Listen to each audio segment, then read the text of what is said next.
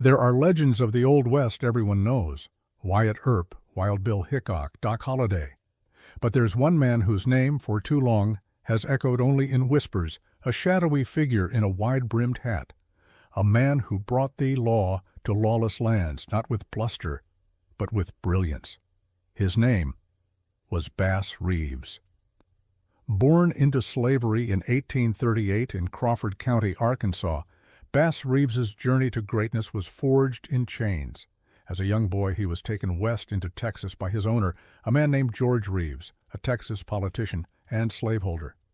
Bass was forced to serve during the Civil War, likely accompanying George into battle for the Confederacy.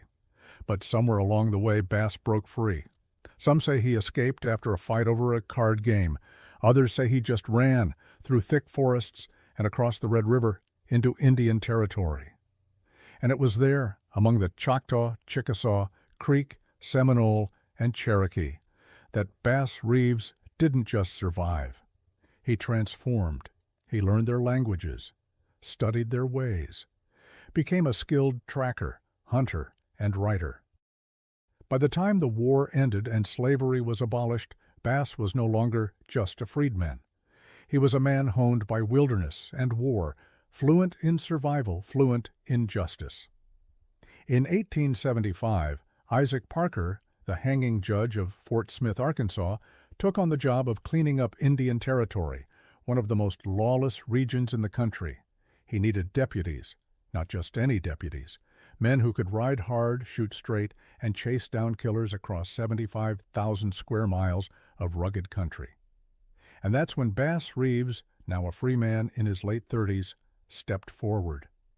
He became one of the very first black U.S. deputy marshals west of the Mississippi, and what followed is the stuff of legend. Over 3,000 arrests, horse thieves, murderers, bank robbers, bootleggers, you name it. Bass brought 'em in, alive if he could, dead if he had to. He rode alone for weeks, sometimes months, armed with a rifle, pistols, a pack mule full of warrants, and nerves of steel. But what made Reeves a ghost to the men he hunted was his mind. He didn't just chase outlaws, he outsmarted them. There was the time he disguised himself as a farmer, dirty clothes, tattered hat, and walked 28 miles to the house of two brothers wanted for murder. He claimed he was just a weary traveler escaping a posse. The mother invited him to stay the night. The brothers returned the next morning, and Bass, already awake and cleaning his gun, had them in irons before breakfast. Then there was the outlaw who tried to kill Reeves by ambushing him from behind. The man aimed, fired, and missed. Bass turned, calm as ever, and said, "Son, you need to learn to shoot straighter. Next time, I won't miss." He never bragged, never talked tough. But when he raised his gun, men listened. But being the law didn't mean being above heartbreak. One of Bass's most painful moments came when he had to arrest his own son for murder. His boy had killed his wife in a rage, and though it broke his heart, Bass brought him in. Justice, he said, had to be served. And it was. His son served time, and later became a model prisoner, even working as a guard himself.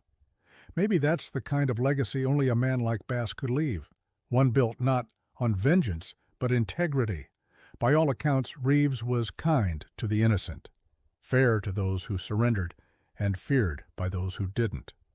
He stood 6'2", tall for the time, with a deep voice and a presence that could silence a saloon. He never learned to read or write, but he memorized the details on every warrant. People said he never forgot a face. And he never turned down a chase. For over 3 decades, Bass Reeves served the U.S. government, cleaning up some of the most violent territories in the West, Oklahoma, Arkansas, and Texas, all while facing racism, isolation, and threats on all sides. But you know the most amazing part? He was almost completely forgotten by history. No dime novels were written about Bass Reeves. No statues stood in his name for decades. But the man they called the Invisible Lawman, because he moved like a shadow, struck like lightning, and vanished before dawn, has started to shine again. Some even believe that the fictional Lone Ranger was loosely based on him, a masked man of justice who rode alone to bring down evil. Bass didn't need a mask. His actions were enough. Bass Reeves died in 1910 after briefly serving on the police force in Muskogee, Oklahoma. They say he never once lost a gunfight, never took a bribe, and never turned away from danger. He wasn't just a lawman, he was the law, in places where law had no name. And now, more than a century later, Bass Reeves rides again, not across the dusty trails of Indian Territory, but through the stories of those finally ready to remember.